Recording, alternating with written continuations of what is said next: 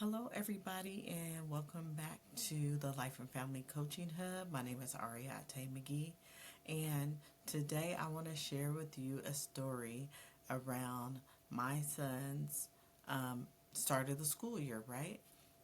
So, again, I'm going to touch on like his experience and my experience as a parent from him transitioning from elementary school into middle school.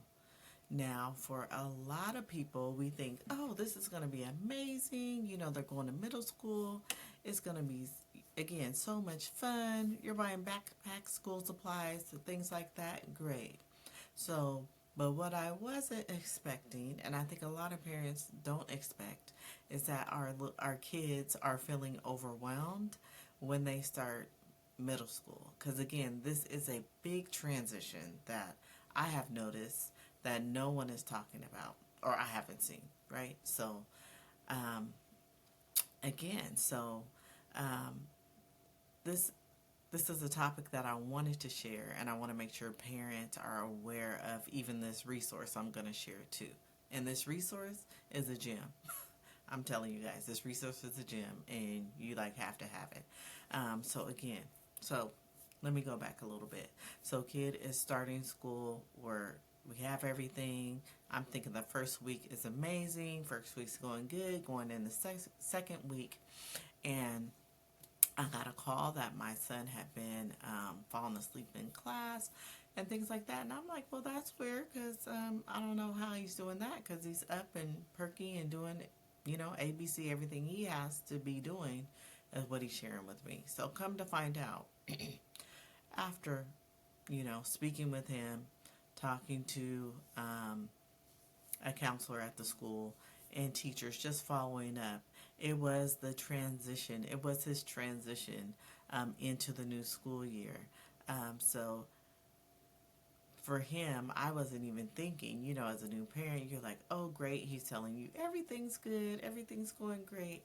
But for him, it wasn't. And I'm glad that I caught it at the beginning part of the school year and not further into the school year. So this is what I did. I shared with one of my colleagues, and he's going to be on here because we're going to be doing some videos and stuff. But my colleague, um, Joshua Morgan Griggs, he's the owner of Transformative Fruits. And we were talking, and I was just sharing with them, and I was like, oh, I wish I could just give them something, from my experience of my son, what I know my son to be, his strength. He's a leader, things like that that you want to share with the teachers that they don't know. Because a lot of times when you're applying at schools and you're filling out their paperwork, they will provide you with the paperwork like, give me information on, your son. What's his nickname? What is it? What is he like? What does he dislikes? Just little stuff like that. But it really doesn't highlight. It really does not share um, a lot about your kid from your perspective, right? Because it's really not detailed. So with that said, when I was talking to my colleague and I was sharing with him, he was like, you know what? He was like, I think you need like a student profile that you can share with the new school about your kid. And I'm like, hey, sounds like a great idea. Like, what would that look like? And he shared with me that he had already did it for another person that he knew. And I'm like, definitely, like, if you can do that, I would definitely love to have something like this for my son. So he did, and I was so blown back. It's again amazing. The formatting is just amazing, but he provided me with this form, so I do want to share with you guys. Let me share real quick the profile. So again, it's an early childhood student profile. And this document is so amazing. It's an early childhood student profile, and it's designed for parents and guardians to provide essential information about their child to the child care providers and early childhood educators, right? This profile helps create a strong foundation and understanding between families and caregivers, ensuring that a child receives personalized support and care. Now, the profile covers key areas such as the child's strengths, areas of growth, communication styles, and any special needs or preferences, all of which help caregivers create a nurturing and effective learning environment. By sharing important routines, food preferences, and medical information, parents can ensure that their child's needs are met socially, emotionally, in the early learning setting. A no-brainer. A no-brainer as a parent. Like, this is something you have to have. This is a no-brainer. So let me pause there. Let me pause right there because I have to show you guys this document. So I got it. Let me share. Hang on. So I'm new with this sharing screen presentation, but let me share here. Now this is what this looks like. The early childhood student profile. Now, I already shared with you what it details, what it's designed for, again, for parents and guardians. But here, the key sections about me. So it's a brief introduction to the child's personality, interests, and ways they communicate, helping caregivers understand their unique traits. Their strengths. This section is going to highlight your child's strengths, such as their social, physical, or cognitive abilities, allowing teachers to build on their positive qualities. Their areas of growth, big. A space for parents to share what they are working on with their children or where their children may need extra support, giving providers insights to developmental goals. 4, how to support me. Parents can share strategies, tools, or tips that help their child feel comfortable and succeed in the classroom. This may include transition support, positive reinforcement, and specific safety needs. Right there, that was the main one that I wanted to make sure the new school was aware of. Strategies, tools, and tips to help my child feel comfortable and succeed in the classroom around this transition, because this was a transition from elementary school to middle school. And you got to think, when you're in elementary school, you got to think back when you were in elementary school. You had what? A cubby. You had your backpack, a cubby, box. Sometimes you're in one classroom, or you maneuver to what? Maybe 1 or 2 classrooms. What gym? The other cafeteria. You might go to the library or music room, but mainly you're in your what do they call that? Your main room. I forgot what they call it, but you're in that main room most of the time. That's where you go, right? So you got to think, moving from there to middle school.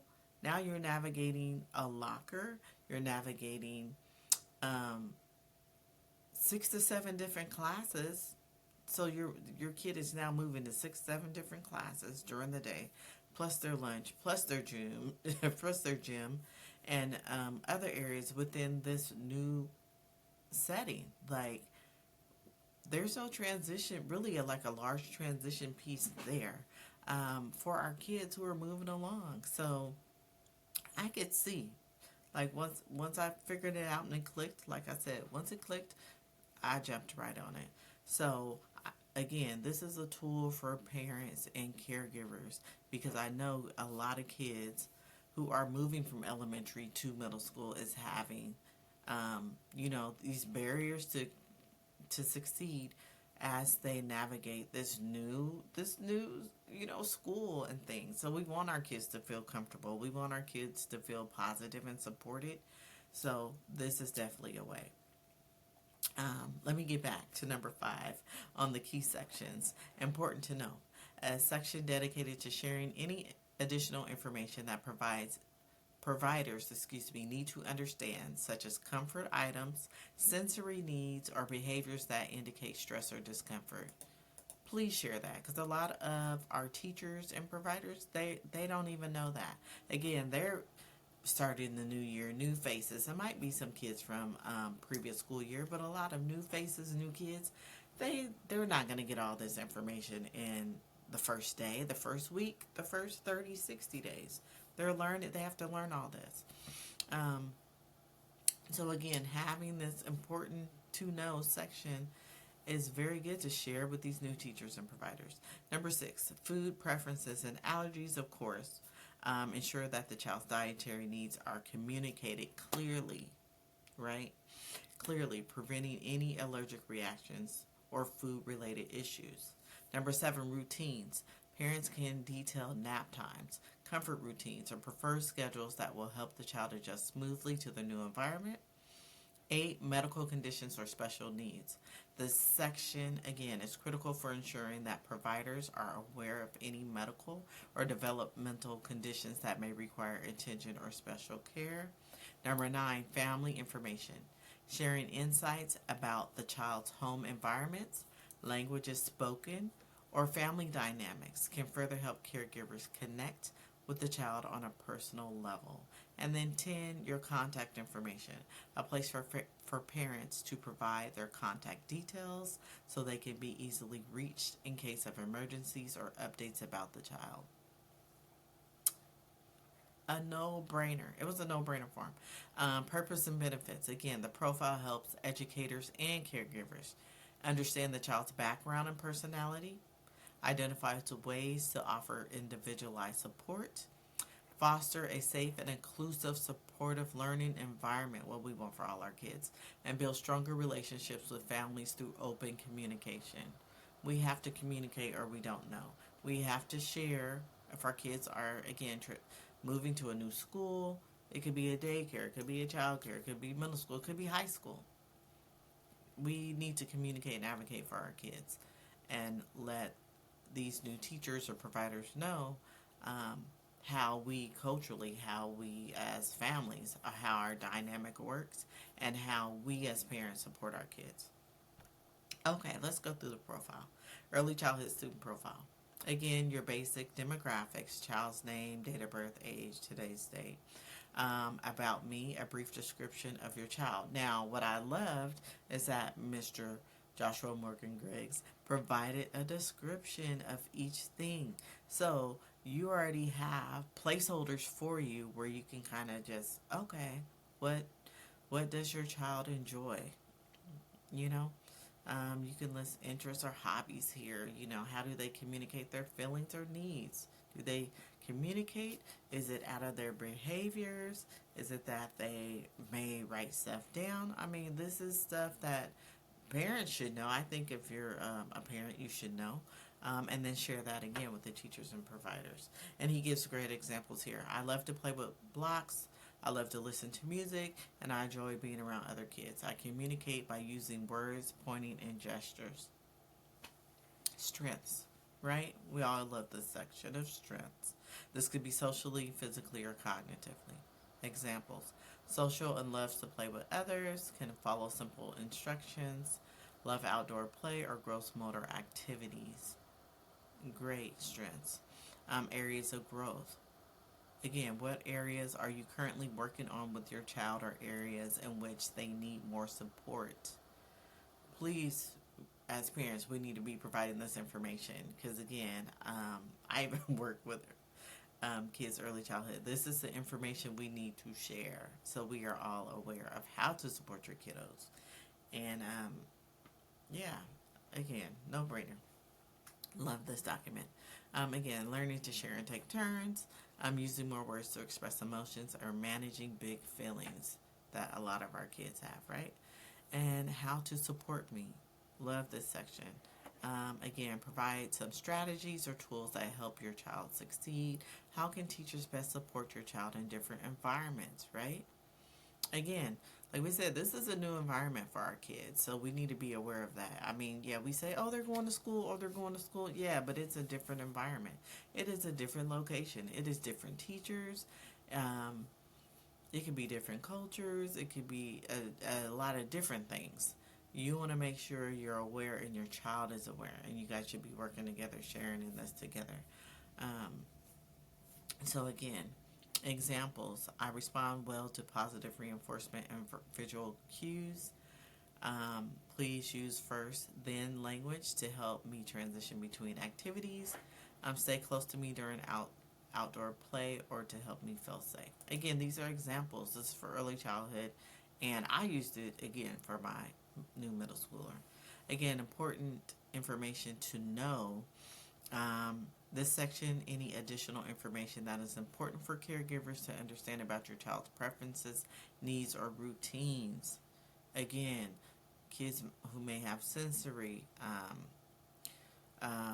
deal with sensory issues. So I cover my ears when I get overwhelmed. I like to keep my favorite toy, stuffed animal during nap time. A lot of kids like the fidget spinners, things like that. I might need extra help with transitions between activities. You might need your kid might need extra help with transition in between classrooms, right? Because again, now from elementary to middle school, you're transitioning to different classrooms, and you're on a time limit, right? So now your classes are 50 minutes long, and you have 5 minutes to transition. And now you have a schedule, and you are ripping and running up and down the hall trying to find your classroom. Like, that is where teachers can be of support when you're kids. Again, those are main ones: food preference and allergies. Again, list that. Routines. If it's for little ones, for nap times, a quiet space. Do they have a blanket? Are they able to bring their favorite teddy bear? Prefer consistent routine, but I can adapt if given notice ahead of time. Again, for a lot of our kids, for the teachers to say what the transition is going to be before they do it. So letting them know ahead, hey, we have 5 minutes until it's time to clean up our activity and then move, right? Like, give a countdown. Again, medical conditions and special needs, allergies, medical conditions, this section. Family information. Again, nice. We speak both English and Spanish at home. My child has two siblings, and we encourage sharing and teamwork. This is like, again, like I'm telling you guys, this was such a gem. Like, I love it. Not only the formatting, which he is excellent at, which I always give him high fives for, but this document, like I said, is a gem, and it is amazing. It's something I think every caregiver should have. You should have this, and guardians. You should have this. Yes, you should have this form. This is a great form. Again, like I said, I used it. It's a great form. So I'm going to stop sharing here because I'm going to show you where it's at. And I think I showed you a little bit. So we're going back. Let me go back here again. And yes. So again, Mr. Joshua Morgan Griggs, he's the owner of Transformative Roots. This is where you can find this. It is now on Etsy. I will be having the link where you can get it. I will drop the link, excuse me, so you have access to it. You can get on here. Again, this is a digital download. So soon as you pay, you will definitely be able to receive the form. Again, it's a Word doc. You can reuse this several times. Download it, fill it out, and meet with your teachers. Meet with the team. Good for IFSP meetings. Good if it's like meeting with the counselor at the school. Again, new to the school, provide this information so your kids are supported going in. And again, like I said, I was so glad I was able to get this, right? Because I didn't have anything. So a digital download. Again, Joshua Morgan Griggs. His store on Etsy, Transformative Roots.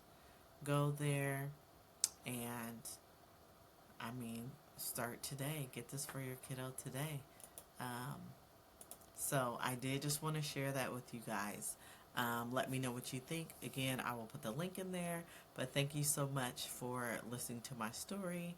Again, share, like, subscribe to the page, and we'll definitely have some more stories, definitely more information for parents who are needing to support their kids, or just tips on navigating this new world of everything with our kiddos now. So I want to thank you guys for being here, and you guys have an amazing day.